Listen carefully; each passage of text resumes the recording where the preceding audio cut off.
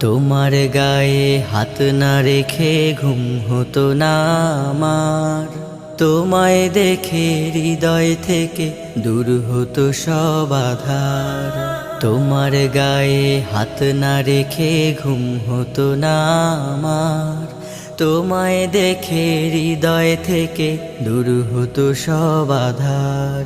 তুমি আমার প্রথম গুরু, তোমার কাছে দীক্ষা শুরু। তুমি ছাড়া বুঝতো না কেউ মান অভিমান আমার। তোমার গায়ে হাত না রেখে ঘুম হতো না আমার।